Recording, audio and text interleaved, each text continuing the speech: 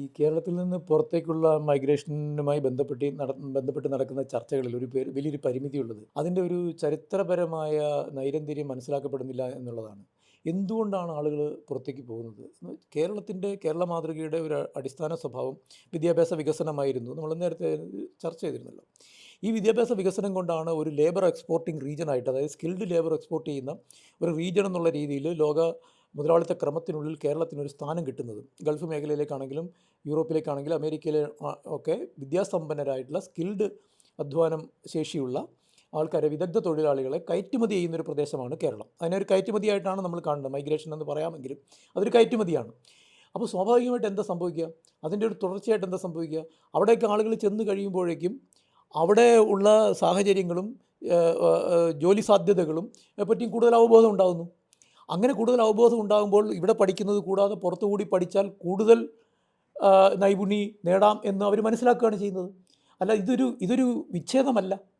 ഈ 70-കൾ മുതൽ കേരളം പിന്തുടർന്നു പോകുന്ന വികസന രീതിയുടെ മറ്റൊരു പരിസമാപ്തിയാണ് വിദേശത്ത് പോയി പഠിക്കുക എന്ന് പറയുന്നതും വിദേശത്ത് ജീവിക്കുക എന്ന് പറയുന്നതും അതിന് തയ്യാറാവുക എന്ന് പറയുന്നത്. കാരണം ആ എക്സ്പോഷറോട് കൂടി എങ്ങനെയാണോ വിദ്യാഭ്യാസം ഒരു വലിയ സാധ്യതയാണ് എന്ന് കേരളം മനസ്സിലാക്കിയത്, അതുപോലെ തന്നെ വിദേശത്ത് നിന്ന് സ്കിൽസ് നേടുന്നത്, നൈപുണ്യം നേടുന്നത് മറ്റൊരു സാധ്യതയാണെന്ന് മലയാളി മനസ്സിലാക്കുകയാണ്. അത് കേരള മാതൃകയുടെ ഒരു എക്സ്റ്റൻഷനാണ്. അല്ലാതെ കേരള മാതൃകയ്ക്ക് കുറുകെ നിൽക്കുന്ന ഒന്നല്ല. ഈ പുറത്തേക്കുള്ള മൈഗ്രേഷൻ എന്ന് പറയുന്നത് കേരള മാതൃകയുടെ വികസന രീതിയുടെ ഒരു എക്സ്റ്റൻഷനാണ്. അല്ലാതെ അതിന് കോൺട്രാഡിക്റ്റ് ചെയ്യുന്ന ഒന്നല്ല, അതിനെ തകർക്കുന്നതോ ചോദ്യം ചെയ്യുന്നതോ ആയിട്ടുള്ള ഒന്നല്ല. അതിൻ്റെ വളരെ യുക്തിപരമായിട്ടുള്ള വികാസമാണ് യഥാർത്ഥത്തിൽ ഈ മൈഗ്രേഷൻ എന്ന് പറയുന്നത്. ഇതുകൊണ്ടുണ്ടാകുന്ന ഒരു ഗുണമെന്ന് പറയുന്നത് കൂടുതൽ ലോക തൊഴിൽ വിപണിയുമായിട്ട് കേരളം ഇൻ്റഗ്രേറ്റ് ചെയ്യപ്പെടുകയാണ്. കേരളം അങ്ങനെ ഇൻ്റഗ്രേറ്റ് ചെയ്യപ്പെടുമ്പോഴത്തേക്കും കൂടുതൽ പേർക്ക് യഥാർത്ഥത്തിൽ അന്താരാഷ്ട്ര മണ്ഡലങ്ങളിൽ, തൊഴിൽ മേഖലകളിൽ ജോലി കിട്ടാനുള്ള സാധ്യതയാണ് വരുന്നത്. ഇത് ഏകപക്ഷീയമായിട്ട് പറയാൻ പറ്റില്ല. കാരണം അന്താരാഷ്ട്ര വിപണി എന്ന് പറയുന്നത് വളരെ വോളറ്റൈലായിട്ടുള്ള ഒന്നാണ്. അവിടെ ഇന്ന് സാധ്യത ഉണ്ടാവാം, നാളെ ഒരു പ്രതിസന്ധി വരുമ്പോൾ എല്ലാവരും തിരിച്ചു പോരേണ്ടി വരാം.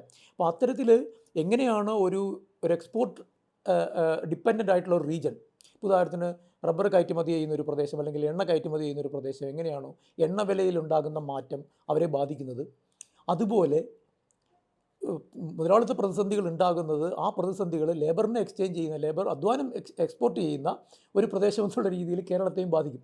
നമ്മളിതിനെ ഈ അധ്വാനം എന്നുള്ളതിനെ ഒരു കമോഡിറ്റി ആയിട്ടാണല്ലോ മുതലാളിത്തം കാണുന്നത്.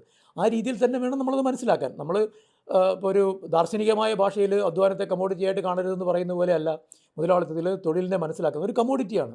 അത് എക്സ്പോർട്ട് ചെയ്യുന്ന പ്രദേശമാണ് കേരളം.